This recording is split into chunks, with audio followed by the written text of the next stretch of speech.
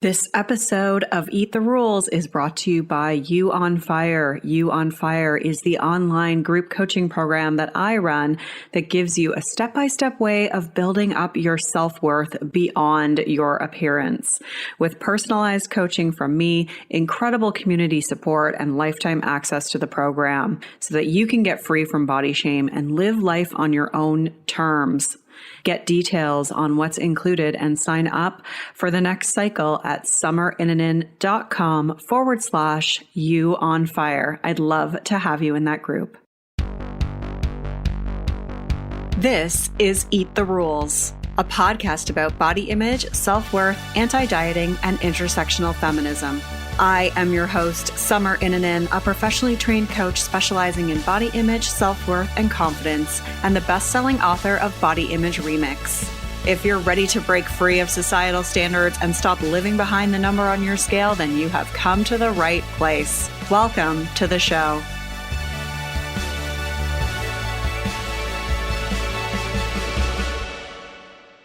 This is episode 215, and it's another installment of the body image series. I'm talking all about confidence, what it is, how to get it, and 5 things that hold us back from being more confident and what to do instead. You can find all the links and resources mentioned at summerinanen.com/215. Before we begin, I want to give a shout out to Super LOLXD, who left this review. Great podcast with a wonderful host. Check it out if you haven't. Thank you so much. And that comes from the Netherlands. Love it. Love seeing international folks leaving reviews for the show and knowing that you're listening. I just so appreciate that. You can leave a review for the show. It helps others to find what you're learning here. And we contribute to the revolution to end diet culture by leaving a review because it helps bump it up in the ratings, knock out some of those keto podcasts.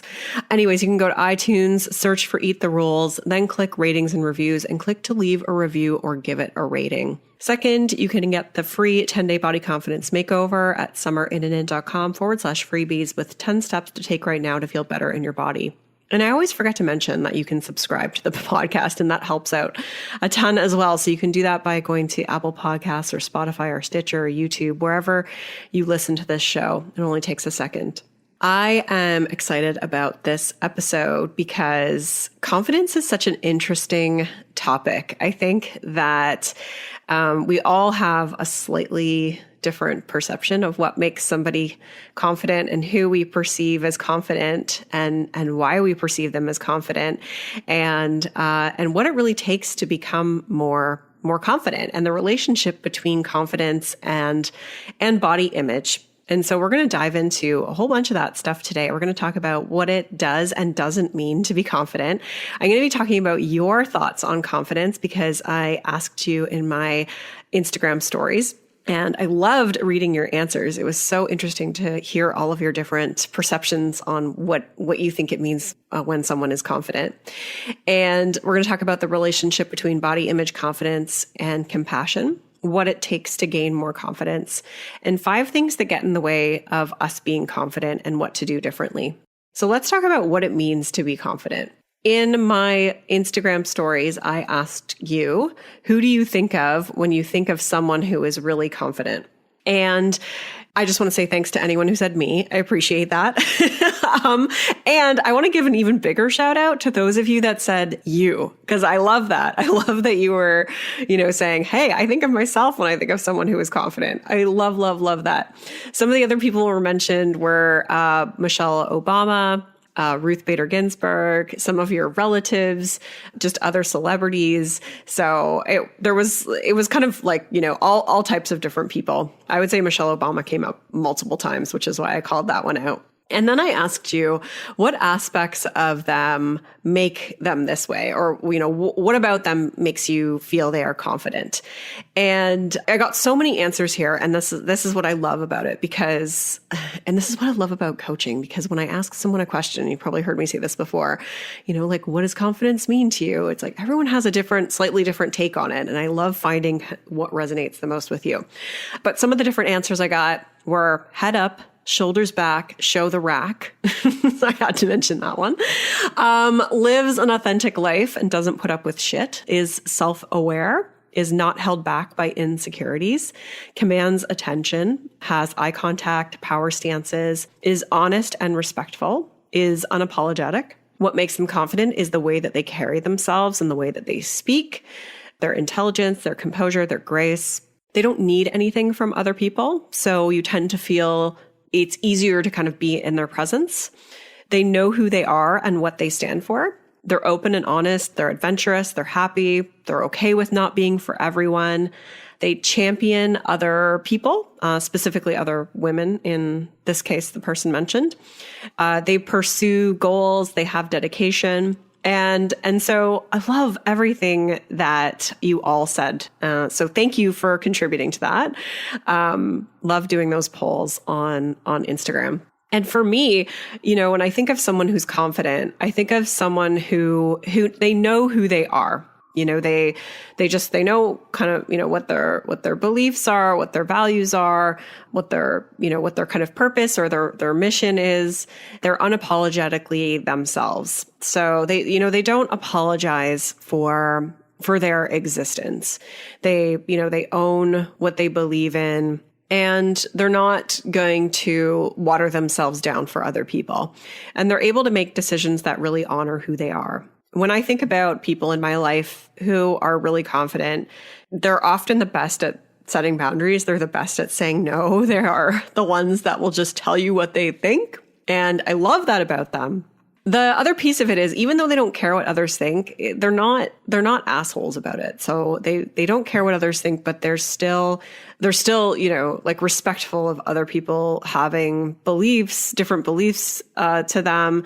They don't have like a hurt ego. It's not coming from this like ego driven place. I suppose that's the key difference. When I think of someone who's confident, it's really coming from this place within them that just is comfortable with who they are versus trying to prove themselves and being really ego driven about it.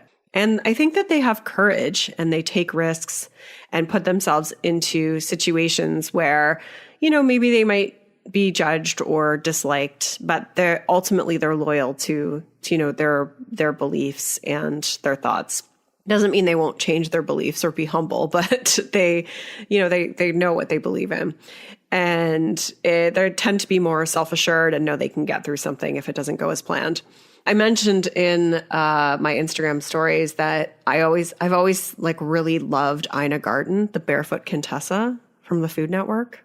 Do you love her? She's the best because she just she's so pretentious, but she just owns it. And I just love that about her. And so I shared that in my stories too, because I just think that she is who she is, and she doesn't care about what other people think, and she makes amazing food too. I would really want to go to her house in the Hamptons and have her make me a meal with Jeffrey. I kind of want to be Jeffrey, to be honest. That's my ultimate, can I come back and be Jeffrey in another life and just have her cook for me and take care of me? Anyways, that's off on a tangent. But it's interesting how, we all have kind of different perceptions on what makes someone confident. But I want to talk about the relationship between body image confidence and compassion. Having a positive body image is really about knowing who you are and knowing that you're good enough regardless of your appearance. And I think that enables us to be more confident because we know who we are. We know that we're valuable and worthy. We're not relying on other people to give us that. We're not relying on all these external measures and validation to verify, am I allowed to be in this room right now? And when you operate from that place, it's easier to be confident. It's easier to not care what others think. But I do believe there's a lot of nuance to this because I think you can be confident and still struggle with body image or struggle with another area of your life. I don't think it's like this, checkbox that you're either confident or you're not. I think a lot of people probably are pretty confident in a lot of areas of their lives and maybe still struggle with body image. That's something that I hear commonly from clients.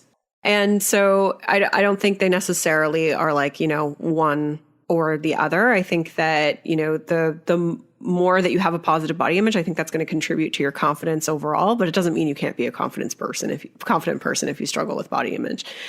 And it doesn't mean that you're not going to have self-doubt. I think this is critical. This is something I really learned a lot from Tara Moore, her book, Playing Big, and I took her Playing Big Facilitators training program many years ago now. And this idea that, we all have self-doubt. So even the people that you perceive as being the most confident absolutely have self-doubt. The difference is that they know how to, work through that in order to continue to show up and do the things that they want to do and take the risks that they want to take.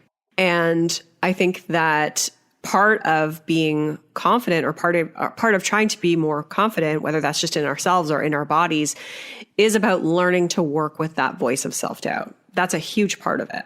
The other piece of this, which ties into that, is compassion. I think that we can't be confident without compassion. Compassion is critical.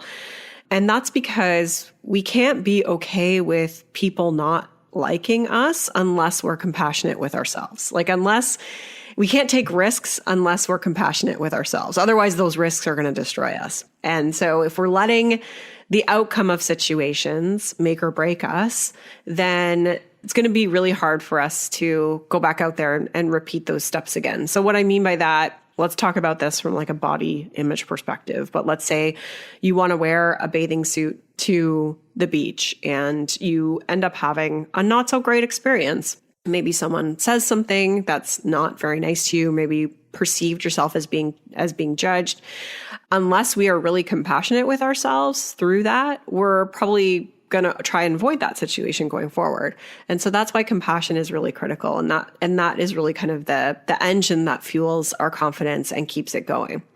It allows us to forgive ourselves, be kind to ourselves, and really move on, move the hell on if something doesn't go the way that we've wanted it to go. So even in the event of you do this presentation at work and maybe you receive some critical feedback or you felt it didn't land as well as you wanted it to, if you're compassionate with yourself through that, you can make it through, you can move on, you can be able to relate to yourself with kindness, and then be able to still continue to take risks and show up. And that really builds confidence moving forward.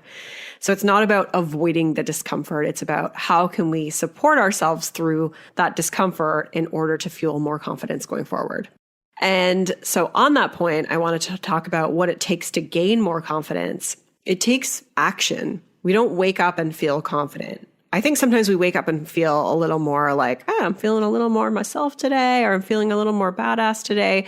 However, confidence doesn't just switch on. It's something that we build by taking action outside of our comfort zone. It's almost like a baby learning to walk. If you think about a baby that's learning to walk, they stand up, they fall down, they stand up, they fall down, over and over and over until they learn to be able to master it and take more steps.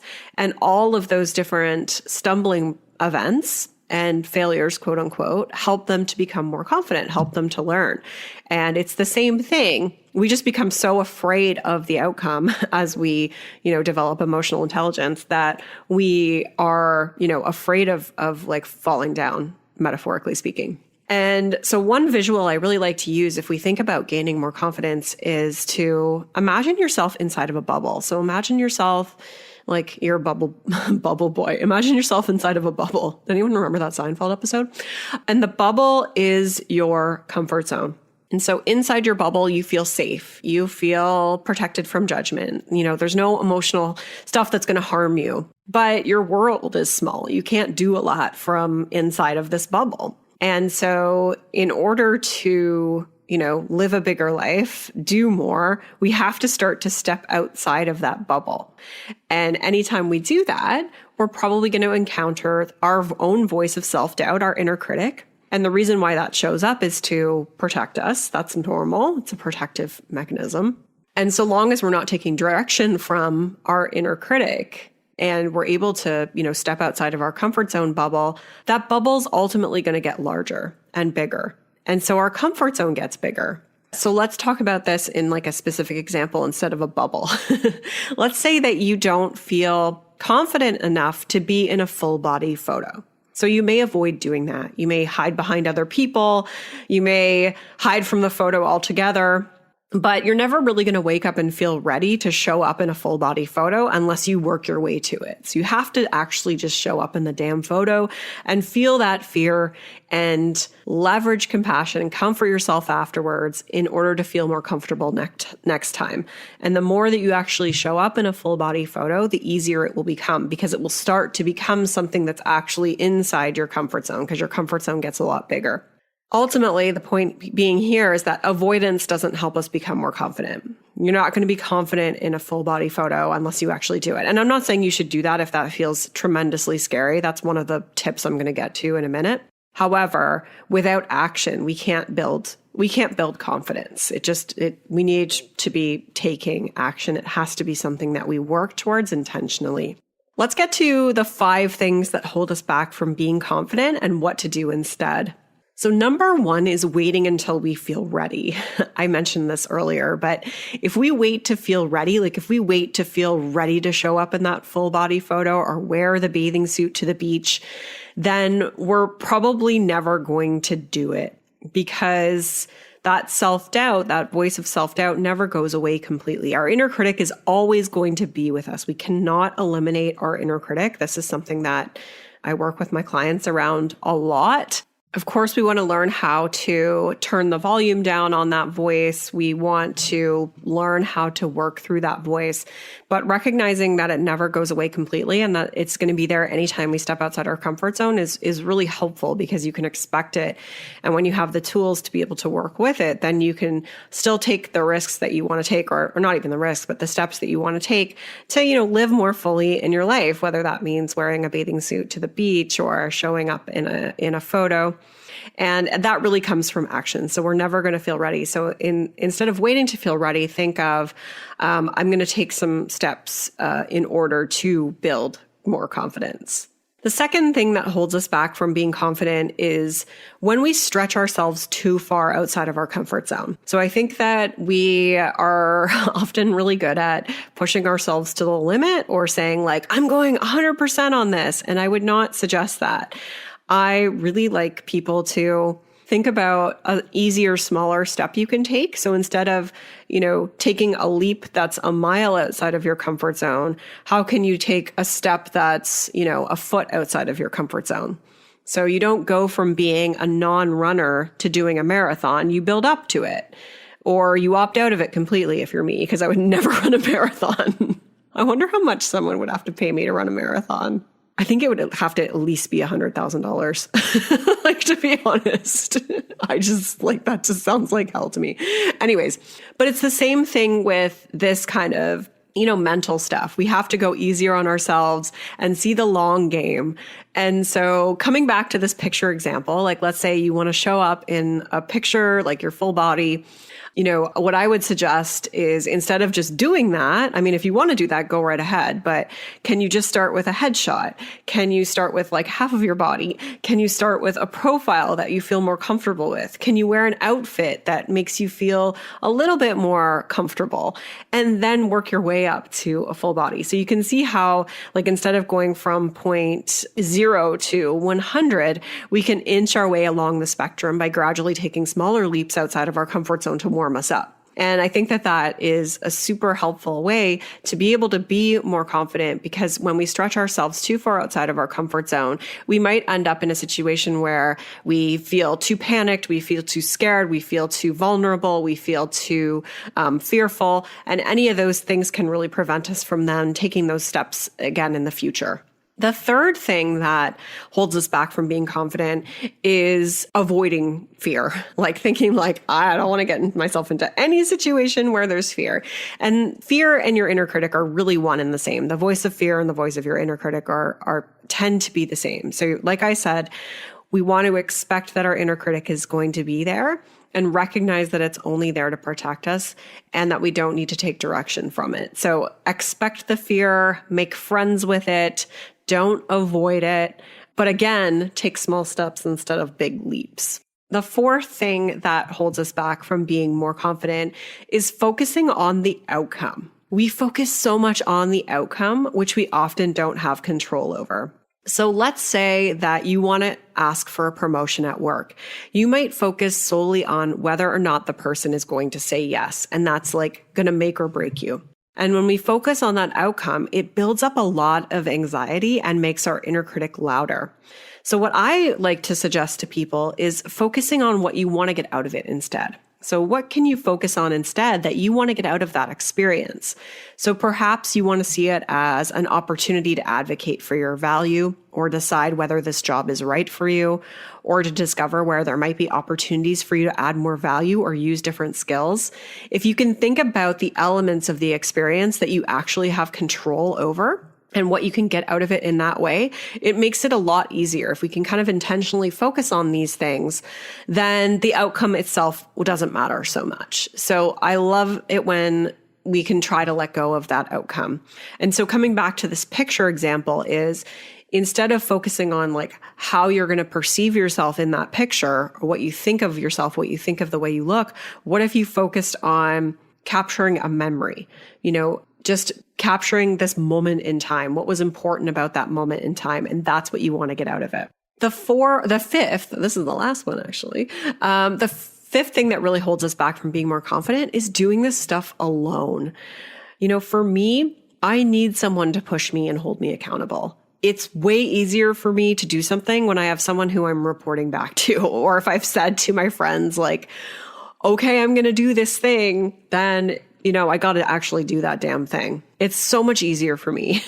And I think that that's always why I've worked with different coaches or mentors or advisors in some capacity. I would not be where I am today without having other people to push me and to see my potential, or at least be there for me if things go to shit, like if things don't go as planned. And so having some level of accountability, having some kind of a cheerleader, having someone to, believe in you and know that you can do something really helps us to take those steps to be more confident. And that's what I love that about my group program, You on Fire. You have me as your coach to give you those pushes. You have the community to help you celebrate.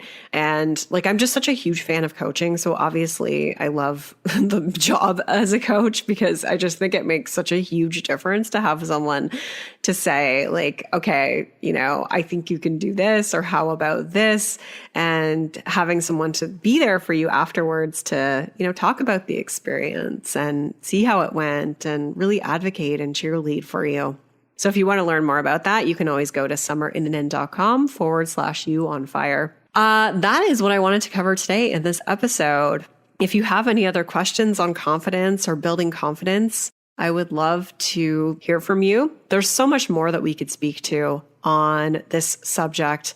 I think that one of the other things that I didn't mention specifically is just this notion of failure, and experiencing failure builds confidence. It really does.